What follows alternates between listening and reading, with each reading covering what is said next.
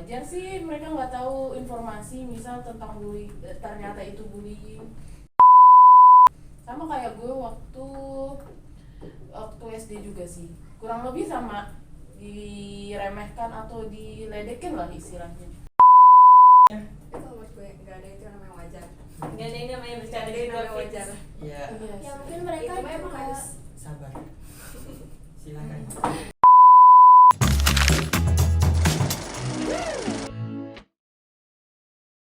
Halo semuanya, assalamualaikum. Bertemu lagi sama gue dan Nur Fadila di Dadakan Podcast, mendadak tapi mendidik.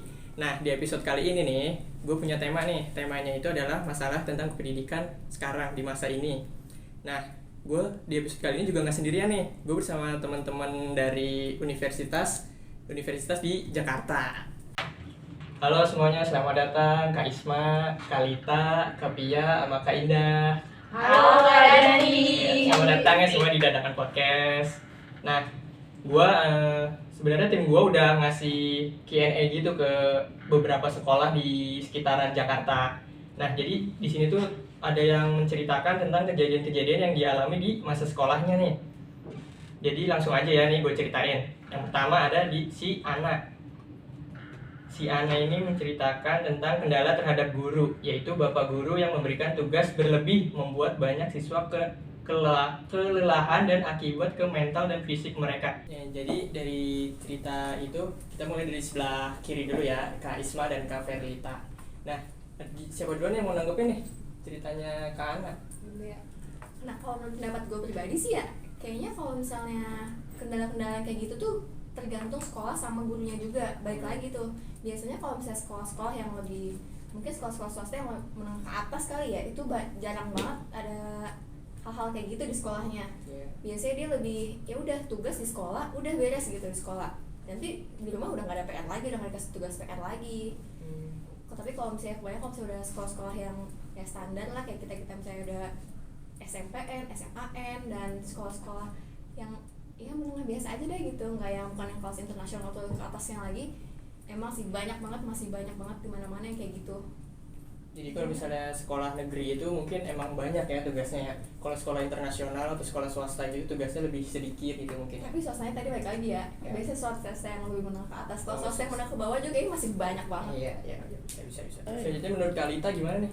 Kalau menurut gue pribadi ya, karena gue dari SMA, dari SD sampai SMA itu gue negeri, jadi kayak menurut gue itu sih udah hal biasa. Tapi balik lagi ke orangnya, itu kuat apa enggak. Kayak kadang kan banyak yang stres, banyak yang itu terus juga guru-guru di negeri itu belum tentu tuh bisa masuk full gitu di jam-jam itu. Jadi kalau menurut gue itu melelahkan fisik dan psikis, ya itu iya, karena tergantung kitanya. Jadi kalau pribadinya kuat ya mungkin nggak masalah lah ya, sama tugasnya banyak gitu. Ya memang tergantung pribadi sih. Udah mendengarkan nih pendapat-pendapat dari Kak Isma dan Kak Verlita. Nah, selanjutnya kita ke kanan nih, ada Kak Indah sama Kak Alivia. Gimana nih solusinya kira-kira dari pendapat kakak-kakak yang tadi? Kalau menurut gue sendiri sih kembali lagi ke gurunya. Kalau misal kita udah berdiskusi nih, Bu, tugasnya terlalu banyak, apakah bisa diringankan? Iya. Dan guru tersebut bilang tidak bisa gitu. Berarti guru tersebut punya penilaian yang berbeda dari guru-guru yang lain. Misal emang guru tersebut dia nilai terbesarnya diambil dari nilai-nilai tugas. Nah, ya mau nggak mau kita sebagai siswa yang menjalankan tugas tersebut. Itu sih menurut gue. Kalau menurut Kak Indah gimana? Kalau gue masih sepaham sama Alivia, jadi didiskusiin dulu ke gurunya, ya udah. Jadi kayak koordinasi dulu sama guru, tapi kalau misalnya emang nggak ada jalan keluarnya ya mau nggak mau emang harus dikerjakan gitu kan. Soalnya itu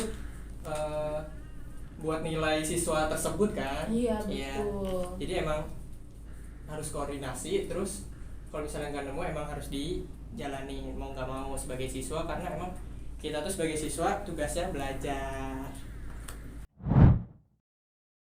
Oke, terima kasih nih kakak-kakak semuanya atas pendapat sama solusinya. Nah, ini ada cerita baru juga nih dari anonim karena nggak mau disebutin namanya. Ini dia ceritanya waktu SMA pernah diremehkan sama beberapa guru. Meskipun mungkin maksudnya cuma bercanda, tapi sampai sekarang selalu ingat dan sakit hati. Bercandanya di depan teman-teman kelas yang bikin merasa malu banget.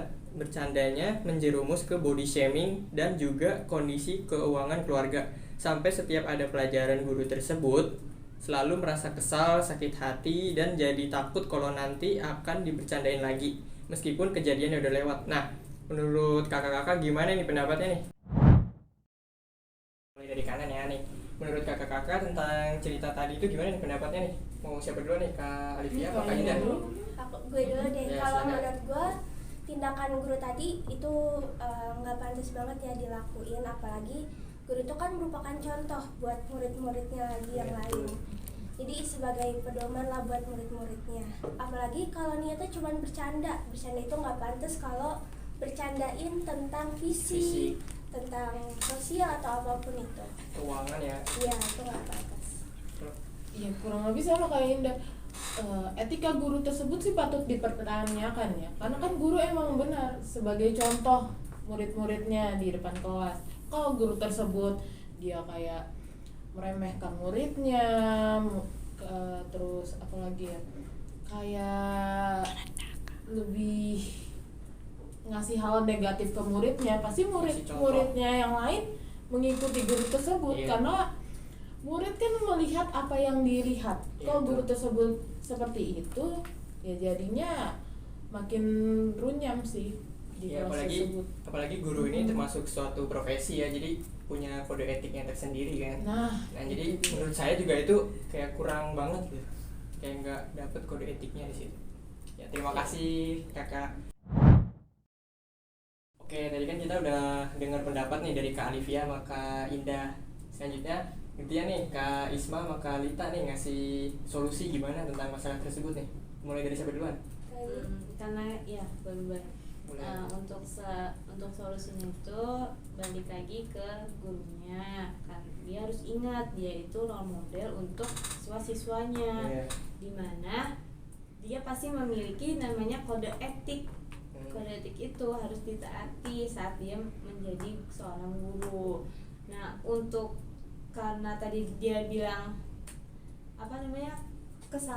body shaming, Body shaming. itu tuh tidak sepatutnya untuk dibicarakan di depan Di depan. umum. Terus udah gitu ya, menurut gue juga itu udah melanggar sih. Melanggar kode etik ya.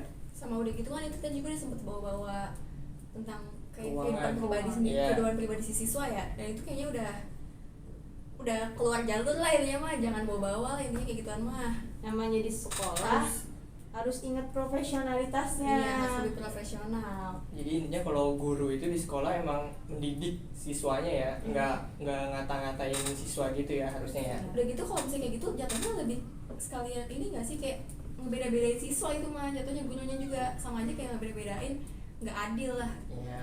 udah Iya. kemana-mana jadinya. Intinya kayak dia ngebedain kayak ini siswa ini miskin, siswa ini kaya, kayak gitu. Jadi gurunya emang udah nggak profesional ya kalau udah kayak gitu mah ya. Ya. Harus intinya mah harus berubah. Gurunya. Kalau nggak Gurunya, iya, iya, harus sifat berubah gurunya. gurunya. Kalau misalnya nggak bisa berubah, ya buat apa dia jadi guru? Oke, selanjutnya ini ada cerita dari anonim karena nggak mau disebutin namanya ya. Ceritanya di sini dulu pernah dibully karena badan gue agak gemuk pas SD, jadi inget banget.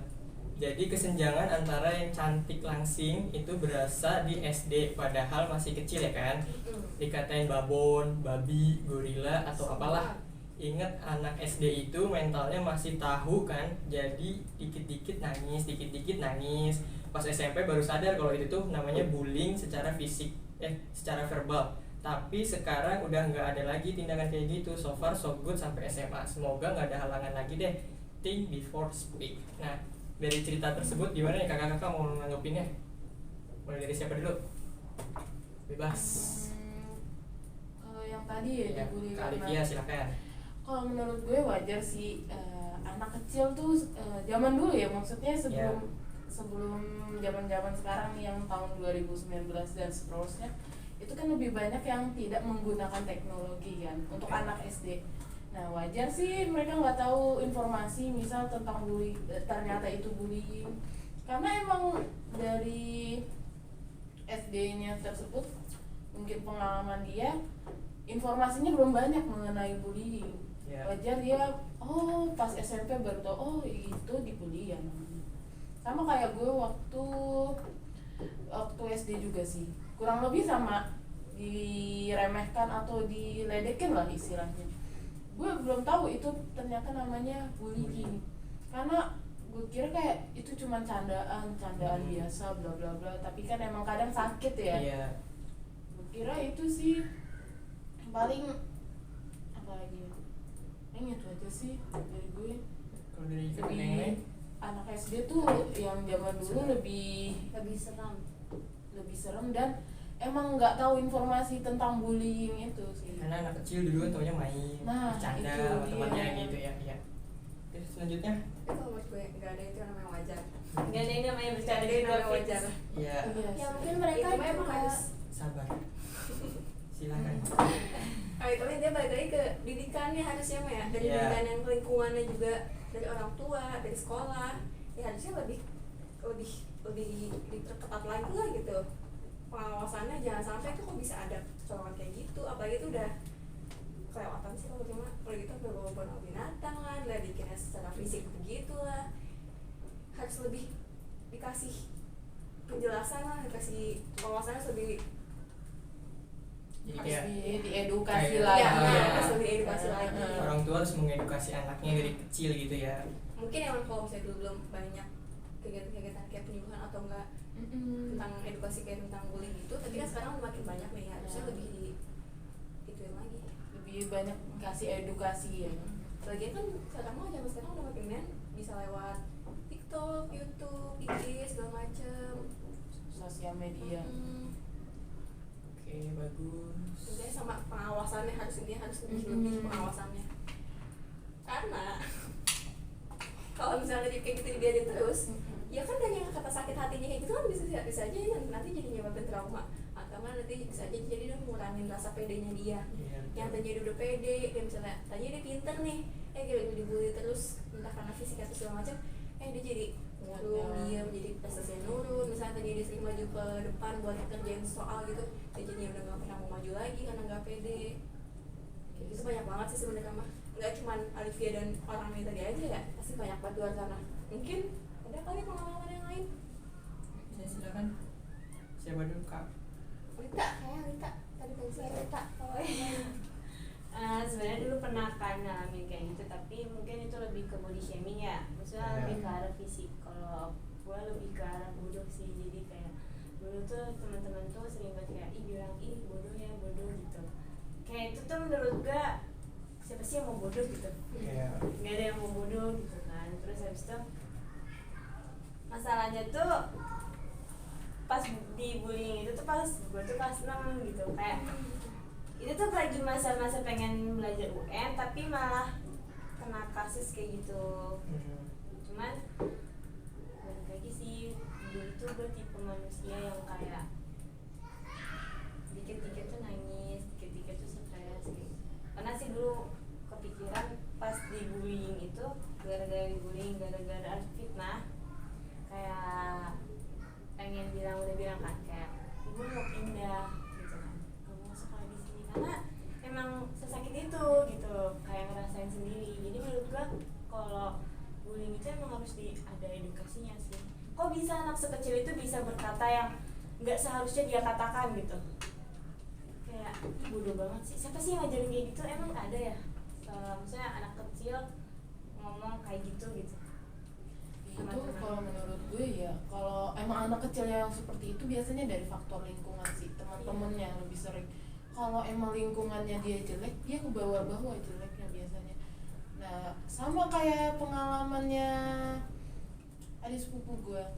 Itu dia awalnya kayak ya udah biasa aja. Mungkin karena temennya kali ya, Iya. temennya yang suka main game, yang ngomongnya agak kasar gitu. Jadi dia ke bawah-bawah sekarang. intinya sih harus ada peran penting banget buat orang tua, buat guru, lingkungan sekitarnya, buat ngajarin mereka dari kecil apa yang nggak baik nih diomongin ke orang lain. Harus kata-katanya tuh diperhatikan gitu, supaya mereka ngerti kalau oh kalimat ini tuh bisa nyakitin perasaan orang gitu. Dan biasakan berpikir sebelum Nggak ngomong berbicara ya. Karena Karena itu sebenarnya nyakitin banget sih. Iya. Udah gitu kan emang apa ya, kayak kapasitas orang tuh tiap orang kekuatannya beda-beda gitu. Ada yang kayak gitu, ya udah dia masih kuat, anggapnya kayak bercanda. Ada yang langsung kepikiran, langsung karena orang menerimanya ada yang dengan santai, ada yang benar-benar masuk ke dalam hati. Nah itu yang patut diperhatikan lagi sih. bahaya buat kedepannya. Apalagi sekarang kan, kalau sekarang kan media sosial anak kecil aja udah make kan sekarang. Jadi seharusnya edukasinya lebih banyak lagi dibanding yang dulu. Mungkin yang dulu nganggapnya bercanda, sekarang lebih diedukasi. Oh seperti itu tidak boleh loh. Kalau misalnya tidak boleh kan, jadi istilahnya ada peringatan gitu untuk sang anak-anak tersebut. Itu sih. Gimana, ada lagi? Cukup. Jadi emang ini tuh emang kembali lagi ke orang tua ya, tugas orang tua untuk mengedukasi anak-anaknya. Sekarang lebih banyak ya tugasnya orang tua, nggak cuma buat apa secara langsung, tapi juga kan anak-anak mainnya media sosial. Nah media sosial itu bisa terjadi cyberbullying juga kan, ngata-ngatain di media sosialnya. Nah jadi kurang lebih ya orang tua emang harus mengedukasi lebih lagi anak-anak. Sekolah juga, dari lingkungan sekolah juga mungkin ada sosialisasi tentang bullying gitu, atau kalau misalnya ada anak yang mau cerita dia dibully, boleh guru-gurunya nanggepin itu ya. Caranya Cuman Boleh nambahin nggak? Iya boleh, silakan. boleh. Kalau bullying cerita ke sekolah itu dimulai banget ini karena banyak banget kejadian kayak pas cerita malah disebarluaskan ke nah itu dia Nah ngomong. itu itu menurut gue lebih harus diperhatikan juga karena lihat lagi ke kondisi mental anak sama kode etik.